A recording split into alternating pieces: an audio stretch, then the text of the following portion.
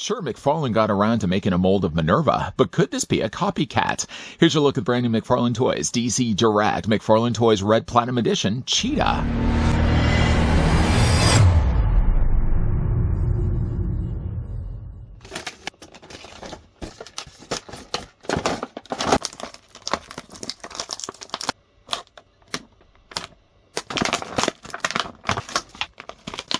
Priscilla Rich, a socialite with mental complications who gained a strong disdain for Wonder Woman.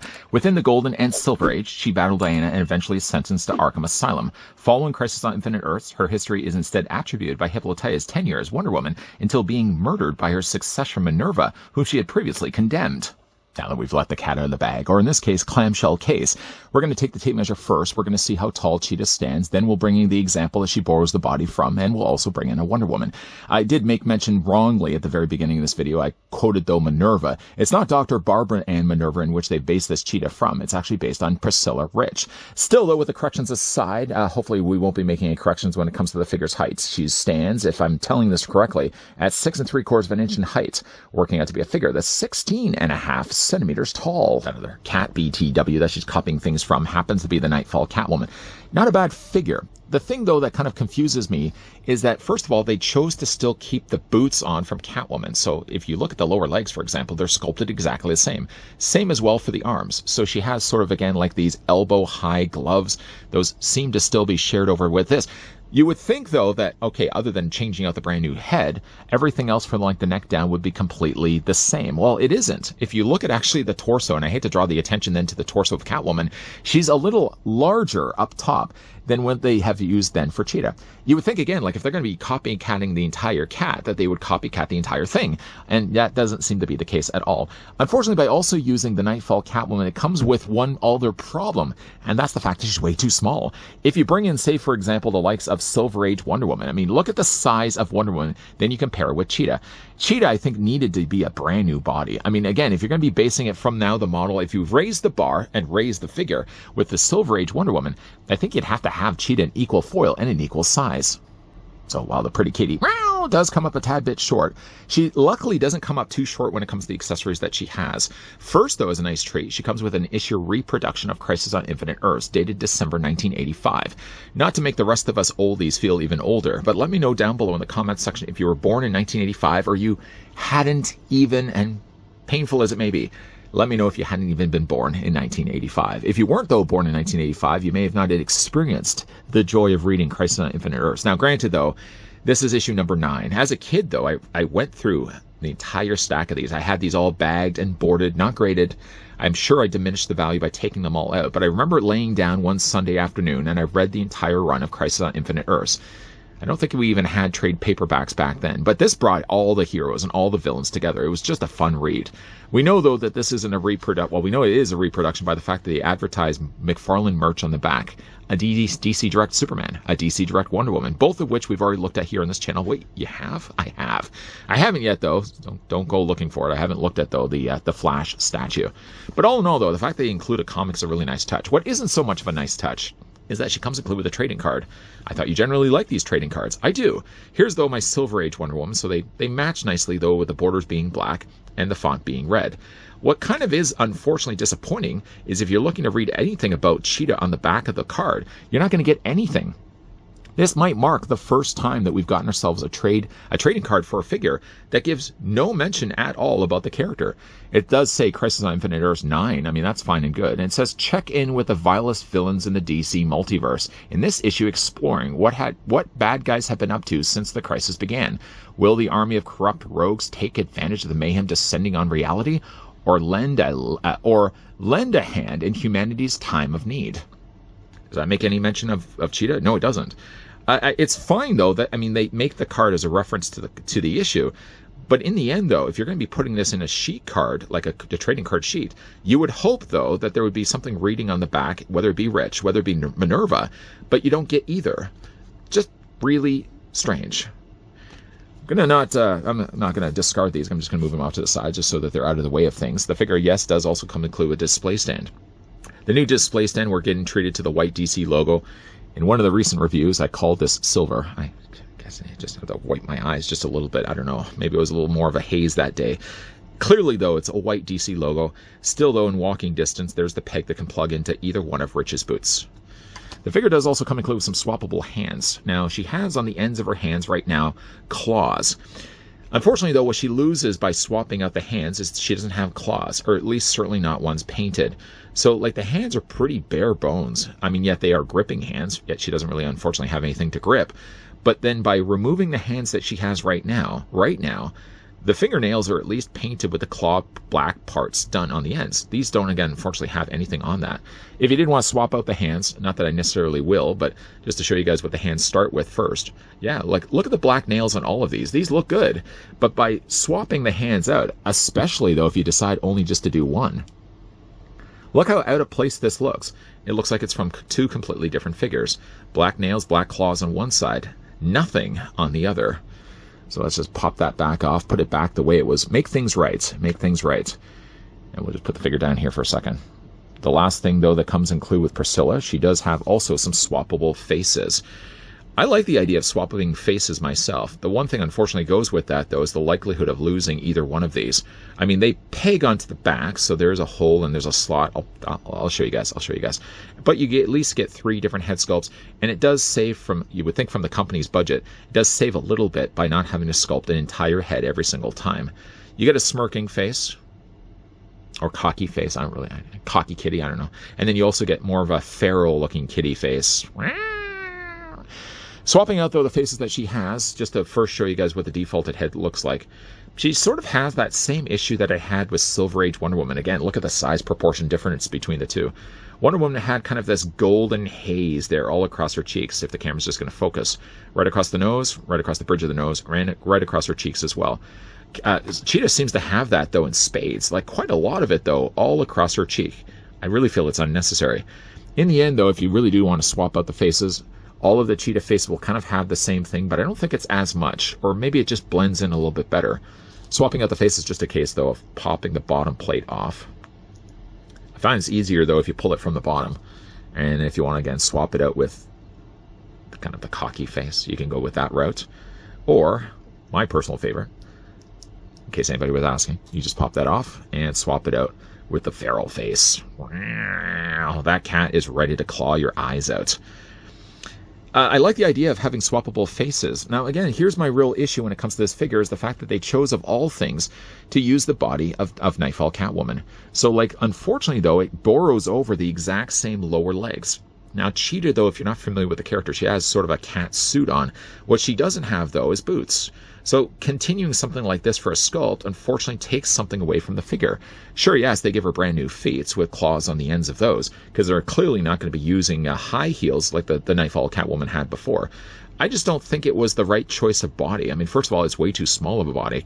But then by also using the same mold, the unique things that told you right away that this was Nightfall Catwoman tells you right away when you're looking at Cheetah that she's using the exact same body. Again, you've got the markings at the top there of where the gloves stop, so that's there also as well. But the one thing, though, that she doesn't have, if you look at the two, and so sorry if I have to draw your attention to this. By the way, the behind, I suppose, is also the same, although this Cheetah does have a sculpted tail in the back.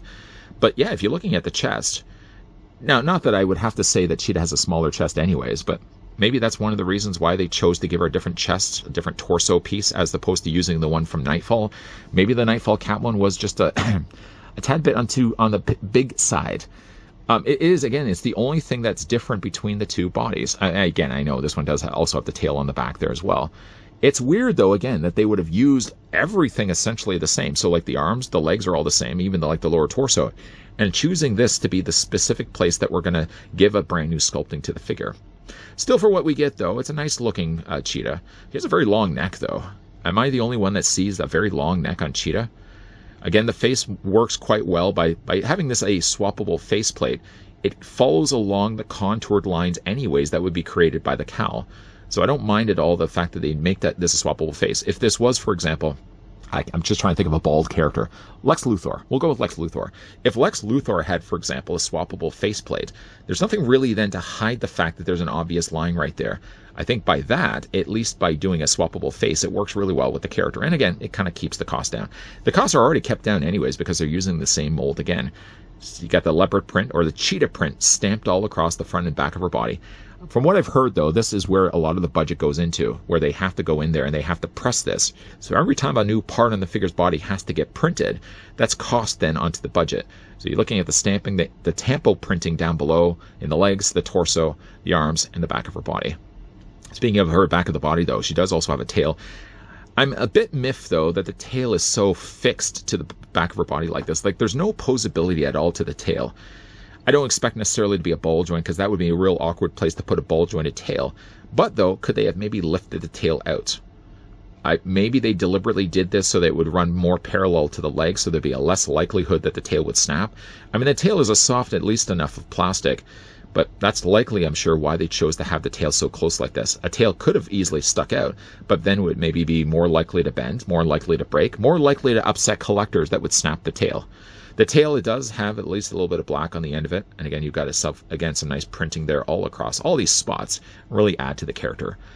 Now, all in all, I think the figure is small. I mean, that's the really biggest, the big deal breaker, I would hate to say, for Cheetah, is just the fact that she's way too small if you compare her with Wonder Woman.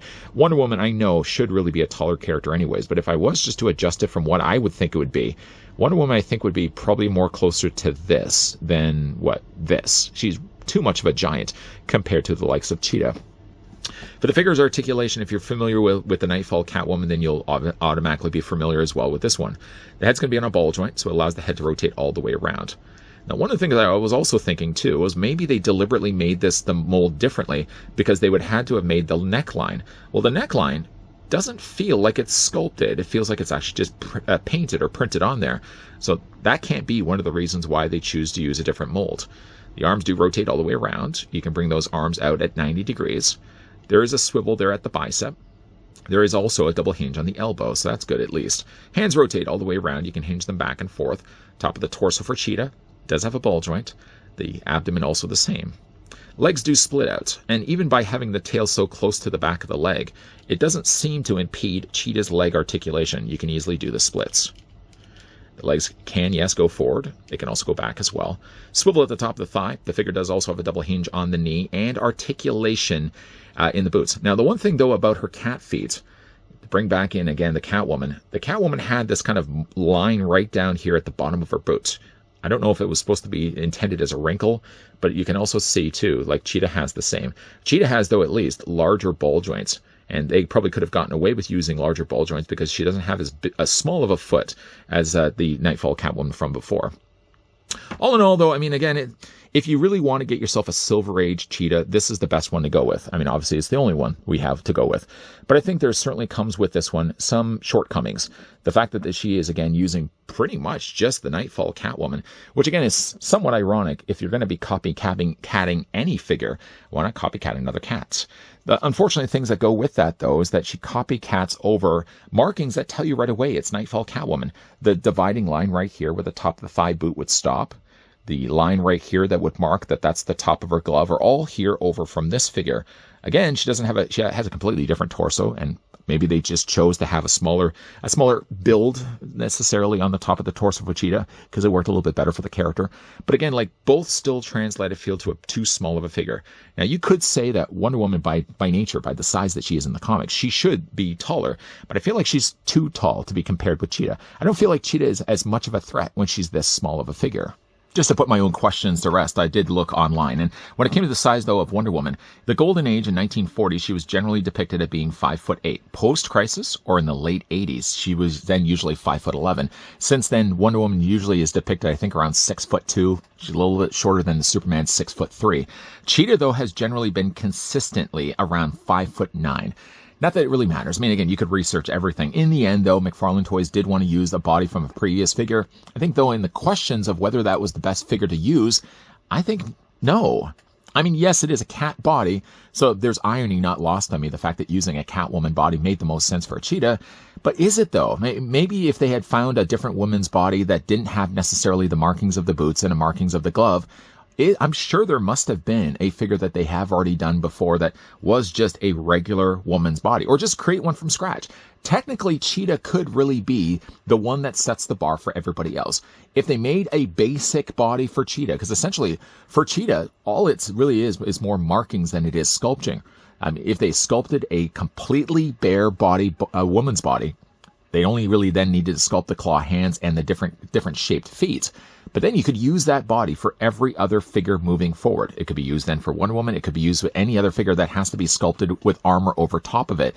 Cheetah, again, could have been the one out the gate to set the bar for every other female figure after that, where the size would then be adjusted. Unfortunately, though, with her being a little bit short, I mean, from a sizing standpoint, she doesn't really size all that well with Silver Age Wonder Woman if you're looking to put her on the shelf. But having, though, at least her part of my collection, I'm more unhappier with the fact I think she's too small. But I think in the end, I'm still happy that we finally have ourselves a Silver Age Cheetah. The swappable faceplates at least salvages this figure a little bit by having a different expression that you can change, a totaling of 3. And she does also come included with the Crisis on Infinite Earths issue number 9, who again was around in December 1985.